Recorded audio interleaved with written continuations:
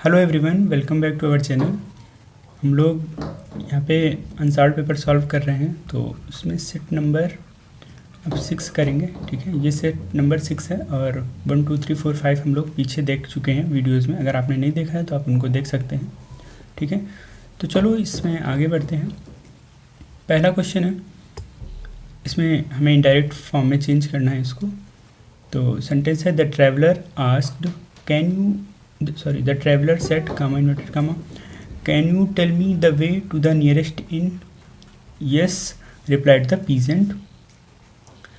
Do you want one in which you can spend the night? No, replied the traveler, I want only a meal. ये थोड़ा सा dialogue वाला sentence है ना। वैसे तो कम पूछा जाता है, लेकिन अब पूछा गया है तो देख लेते हैं।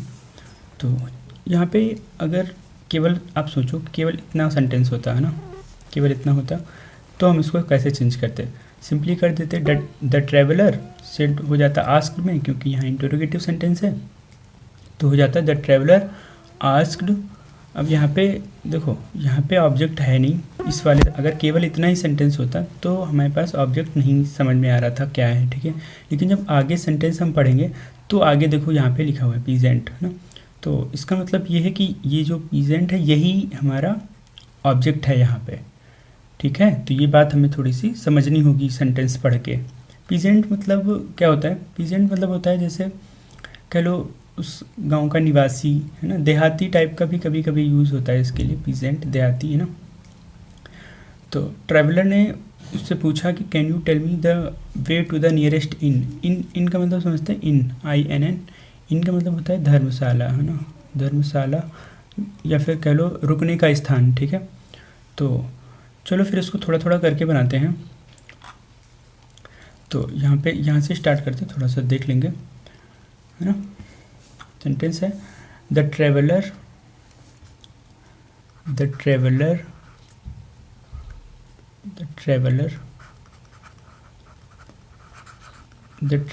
आस्क्ड द पीजेंट, है ना। वो ऑब्जेक्ट हम उठा के इधर ले आएंगे। ठीक,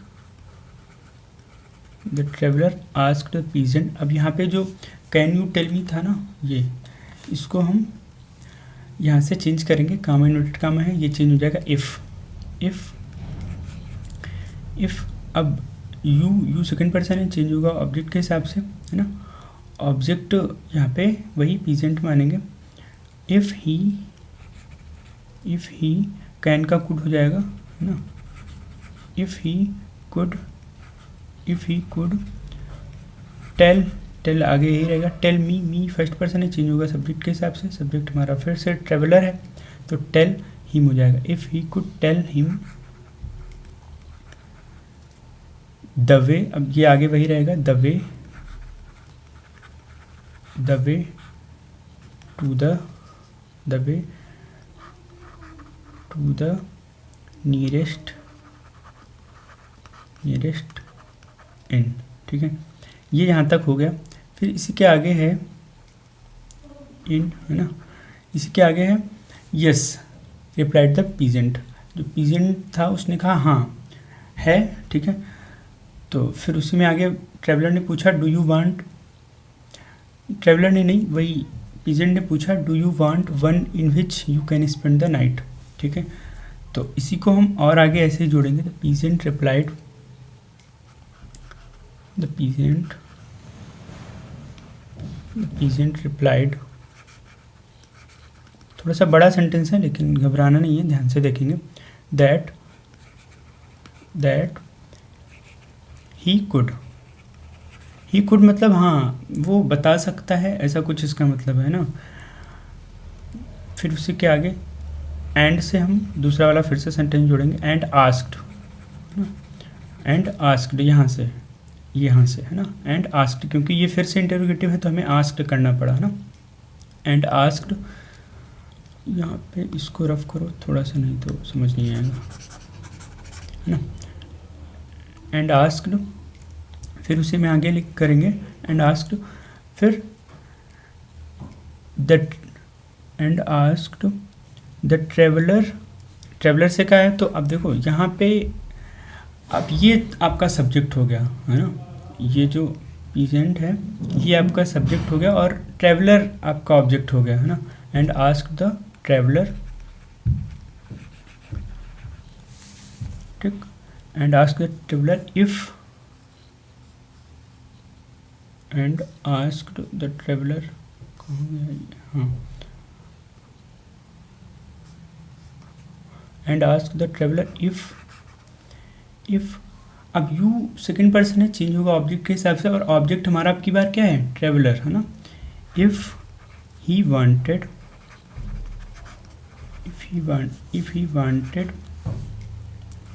वन इन विच ही, अब देखो कैन का कुड करेंगे, है ना, यहाँ पे जो ये कैन है, इफ ही कुड, जो चेंज होने वो वैसे ही होंगे, he could spend the night, ठीक। फिर यहाँ तक आपकी फिर से बन गया। फिर आगे है no replied the traveller I want only a meal, meal मतलब कह सकते हो भोजन, है ना। जो ट्रेवलर था उसने रिप्लाई किया नहीं, मुझे केवल बस खाना चाहिए, है ना। तो उसी के आगे फिर हम करेंगे the traveller replied, the traveller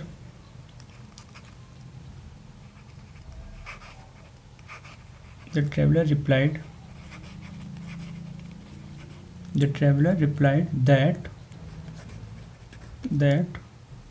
इसको छोड़ के इधर आगे देखते हैं। The traveller replied that he I first person change होगा फिर सब्जेक्ट के हिसाब से, he wanted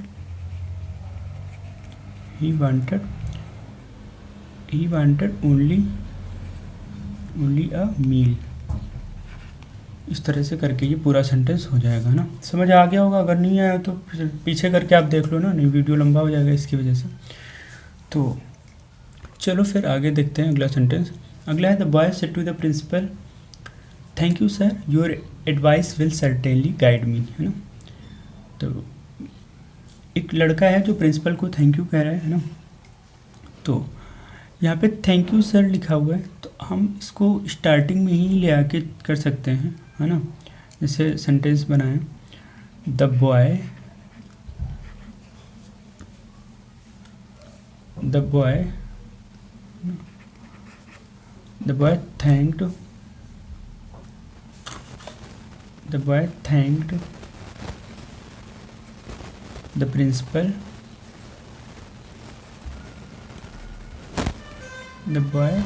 thanked the principal, and देखो फिर से टोल्ड तो करना ही पड़ेगा, वो थैंक यू अलग से लिखा था तो उसके लिए थैंक्ड लगाया गया है ना। The boy thanked the principal and told him that. अब देखो, अब यहाँ से फिर यहाँ तक हो गया ना, यहाँ तक का काम ये हो गया। अब इधर से आगे स्टार्ट करना है ना। Your advice will certainly guide me. Your advice किसकी बात की जा रही है, प्रिंसिपल की एडवाइस है ना। यहाँ पे प्रिंसिपल योर सेकंड पर्सन है, चेंज होगा ऑब्जेक्ट के हिसाब से, तो वहाँ पे क्या हो जाएगा, हिज एडवाइस, है ना। यहाँ पे क्या हो जाएगा, उससे क्या आगे, हिज एडवाइस सर्टेनली वैसे ही रहेगा, सर्टेनली, है ना। हिज एडवाइस विल है वहाँ पे, है ना, तो विल का वुड करेंगे ना, ये तो छूट गया। His advice would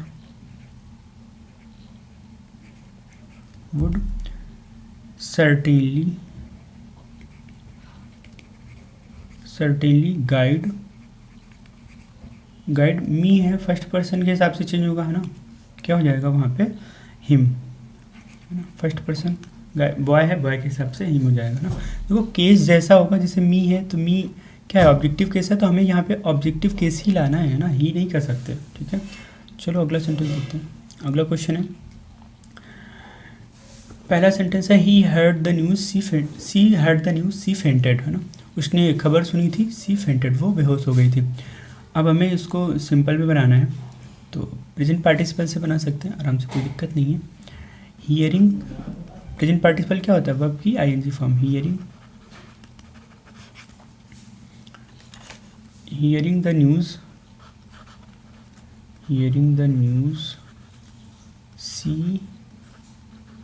see fainted, है ना। न्यूज़ सुनकर वो बेहोश हो गई थी, ऐसा कुछ हमें दिखाना है। अगला, he is very poor he can not by a car, तो ऐसा कुछ दिखाना है। तो इसको चेंज कर देते हैं, वेरी पुअर है तो कॉम्प्लेक्स बनाना है तो ऐसे बना सकते हैं, ही इज़ सो पुअर, है ना, ही इज़ सो पुअर। इसको हम एडवर्ब क्लास से बना रहे हैं, है ना, he is so poor that he can not by a scooter. Car बोल दिया था क्या पहले, स्कूटर है ना। He is very poor he can not by a scooter, he is so poor that he can not by a scooter, वो बहुत ज़्यादा गरीब है और वो कार नहीं खरीद सकता, ऐसा कुछ दिखाना है ना। इसी में एक वो वाला आता है, he is too poor to buy, है ना, फिर वो सिंपल बनने लग जाएगा, इस तरह कॉम्प्लेक्स नहीं बनेगा, ठीक है। तो इस सब बातों को बहुत ध्यान में रखना है। चलो आगे बढ़ते हैं। आगे लिखा, transform any one in the following sentences as directed within the brackets. यहाँ पे पहला सेंटेंस है, the children sang the national anthem very cheerfully, है ना, बच्चे जो है वो नेशनल एंथम बहुत प्रसन्नता से गाए थे, ऐसा कुछ दिखाना है, ठीक है। तो पैसिव वॉइस बनाना है। तो ऑब्जेक्ट हमारा यहाँ पे क्या है, ऑब्जेक्ट द नेशनल एंथम है, उसको उठा लेंगे तो हो जाएगा the national anthem,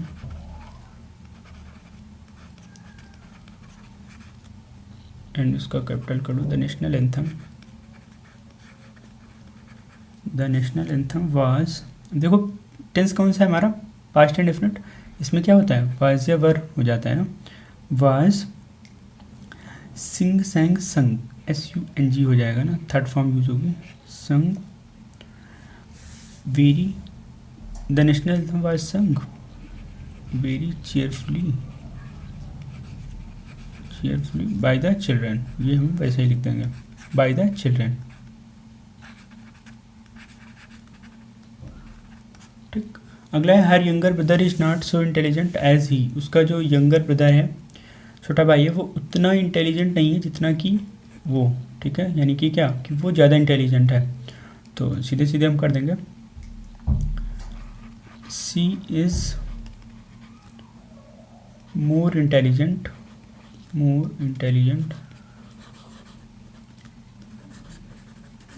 she is more intelligent than her younger brother,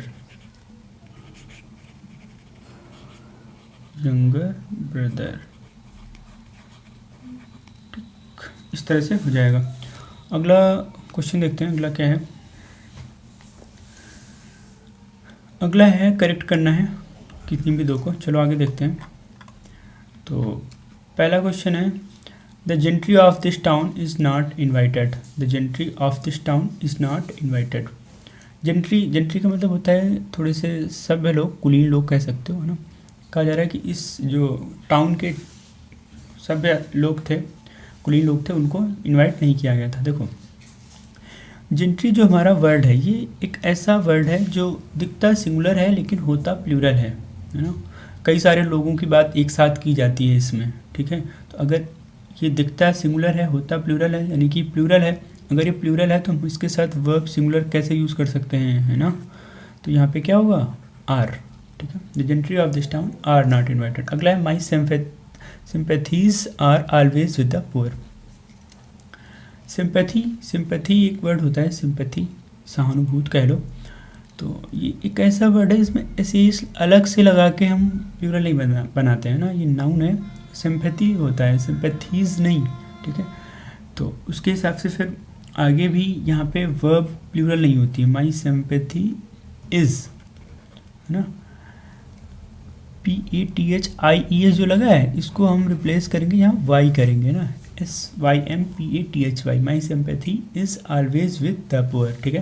यहाँ पे द पुअर का मतलब है गरीब लोग, है ना, गरीब लोग, ठीक। देखो पुअर जो वर्ड है, पुअर ये एडजेक्टिव है हमारा, ठीक, पुअर एडजेक्टिव है, और पुअर एडजेक्टिव है तो द पुअर फिर नाउन बन जाता है, उसका मतलब क्या हो जाता है, गरीब लोग, वैसे ही जैसे रिच, रिच एडजेक्टिव है, लेकिन जब द रिच हो जाएगा तो नाउन बनेगा और उसका मतलब हो जाएगा अमीर लोग, है ना। अगला सेंटेंस देखते हैं।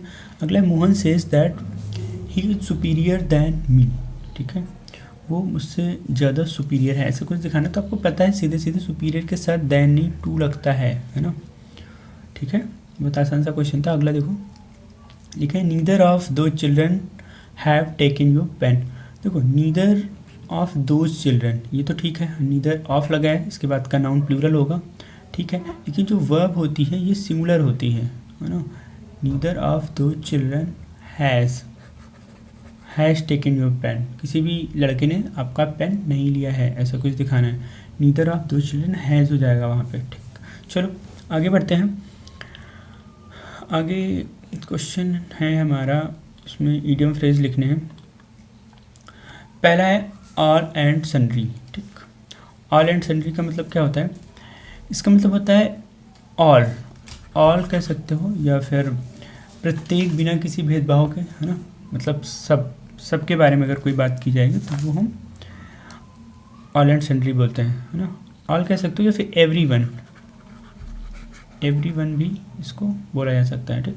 चलो इससे एग्जांपल बना लेते हैं। जैसे कहा गया शी was known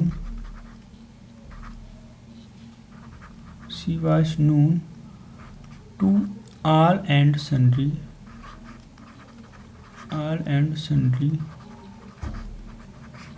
है ना, all and sundry as iron lady, है ना।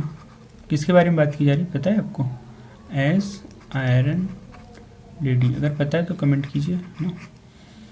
She was known all and sundry as iron lady. Iron lady Indira Gandhi को कहते थे ना। She was known to all and sundry as iron lady, यानी कि वो सबके द्वारा जानी जाती थी आयरन लेडी के रूप में, ऐसा कुछ सेंटेंस का मतलब है, ठीक है। अगला है black and white.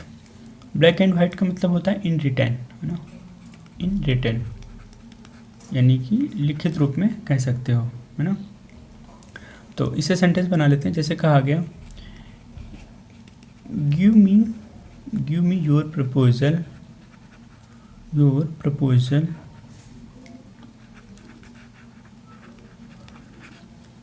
In black and white,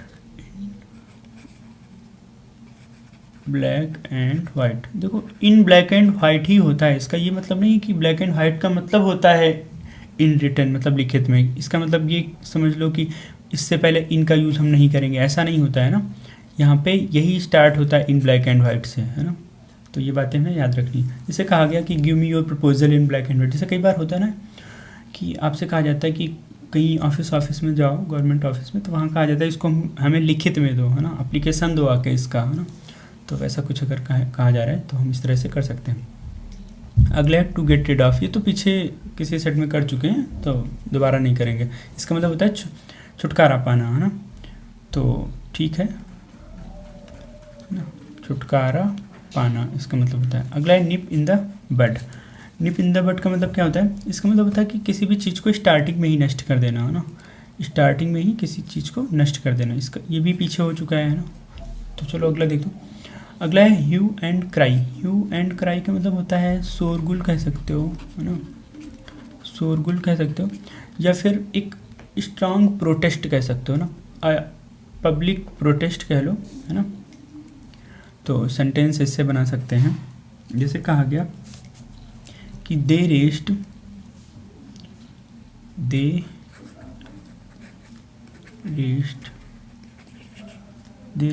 a hue and cry against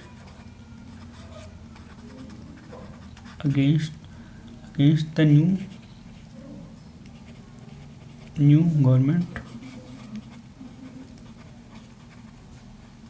government policies, है ना, कि उन्होंने एक आवाज़ उठाई कह लो या फिर शोर मचाया against the new government policies. Government की नई पॉलिसीज़ के खिलाफ उन्होंने क्या किया? प्रोटेस्ट किया या कह लो शोर मचाया। इस तरह से हम इसको कर सकते हैं। अगला क्वेश्चन है एंटोनिम लिखने हैं। तो पहला वर्ड है हमारे पास एम्पल। एम्पल का मतलब होता है सफिशिएंट कह लो या प्रचुर मात्रा में ना, कोई भी चीज़ आप कम मतलब काफ़ी है किसी चीज़ के लिए तो उसको कह सकते हैं प्रचुर मात्रा। तो इससे रिलेटेड सेंटेंस बना लेते हैं। सेंटेंस नहीं, इसका एंटोनिम वहाँ लिखना है ना, सेंटेंस नहीं बनाना है। तो एक वर्ड होता है मीगर, अगर सुना है तो मीगर है ना, मीगर। इसी की एक स्पेलिंग ऐसे होती है MEAGER है ना, कहीं कहीं ये लिखी रहती है। तो कौन सी सही होती है पता है? MEAGRE ये हमारे ब्रिटिश इंग्लिश के, ये अमेरिकन की है ना। तो हम लोग अगर ब्रिटिश फॉलो कर रहे हैं तो ये करेंगे MEAGRE, ठीक, ये सही करेंगे, ठीक। तो इसका मतलब होता है कम, कम, पर्याप्त मात्रा नहीं, कम, ठीक। उसका अपोजिट हो जाएगा, ठीक है। अगला है चीयरफुल। चीयरफुल मतलब कह सकते हो प्रसन्नतापूर्ण है ना, कुछ भी बहुत ज़्यादा खुशी वाली चीज़, चीयरफुल। तो इसका अगर एंटोनिम लिखना है तो कर सकते हो, जैसे ग्लूमी है ना, ग्लूमी कर सकते हो सीधे सीधे,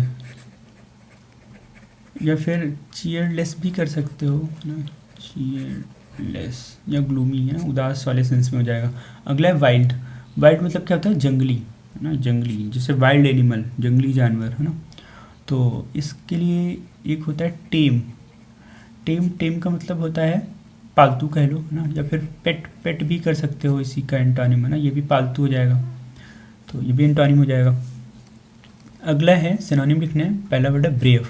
ब्रेव मतलब बहादुर है ना, बहादुर, साहसी है ना, इस तरह से कर सकते हो।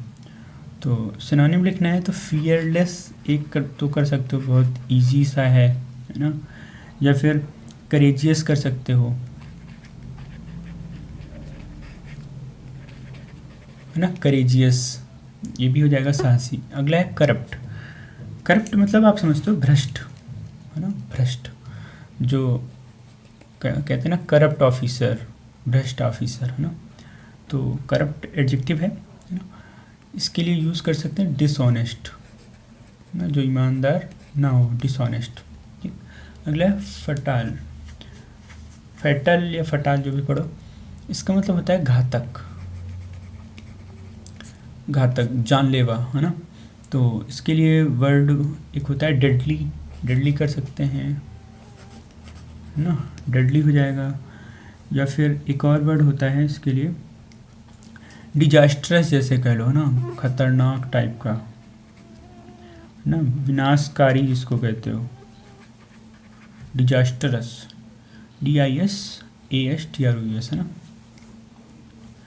चलो आगे देखते हैं अगला क्या क्वेश्चन है।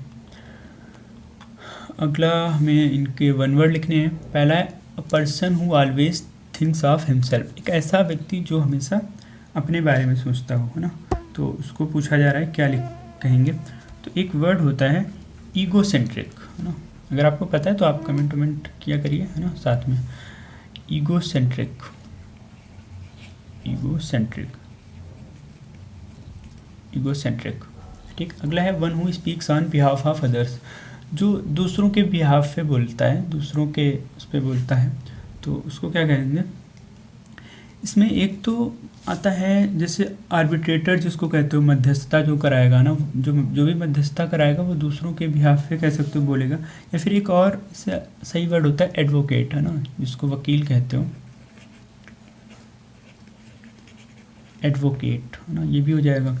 अगला है child burn after the death of his father. एक ऐसा बच्चा जो अपने पिताजी की मृत्यु के बाद पैदा हुआ हो, तो उसको क्या कहेंगे। उसके लिए एक वर्ड होता है पोस्टह्यूमस है ना, पोस्टह्यूमस, ठीक। तो ये हो जाएगा है ना। अगला देखते हैं अगला क्या है। ये होमोफोन्स कह लो। पहला है जुडिशियल, एक है जुडिशियस है ना। देखो बोलने में तो ये काफ़ी ज़्यादा डिफरेंस लग रहे हैं, एक जुडिशियल है एक जुडिशियस है ना, लेकिन इनका मतलब काफ़ी अलग होता है ना, बिल्कुल भी सिमिलर नहीं है। जुडिशियल मतलब होता है न्यायिक कह लो ना, न्यायिक, जुडिशियल सिस्टम जैसे बोला जाता है ना, न्यायिक या अदालती कह सकते हो इसी को है ना, अदालत से रिलेटेड ना। देखो है क्या एक्चुअल में बात ये है कि जुडिशियल, न्यायिक और अदालती, इसका मतलब लोगों को पता रहता है, वो सोचते हैं जुडिशियस भी इसी से बना हुआ है, इसका भी कुछ ऐसा ही मतलब होता है, लेकिन ऐसा बिल्कुल भी नहीं है। इसका मतलब होता है बुद्धिमान टाइप का, है ना, बुद्धिमान या विवेकपूर्ण कह सकते हो, विवेकपूर्ण, विवेकी जिसको बोलते हो, है ना, तो इस तरह से होता है। तो सेंटेंस बना लेते हैं। पहला जुडिशियल, तो जैसे कहा गया द जुडिशियल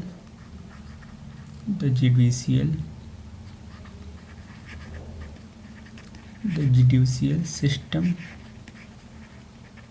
ऑफ आवर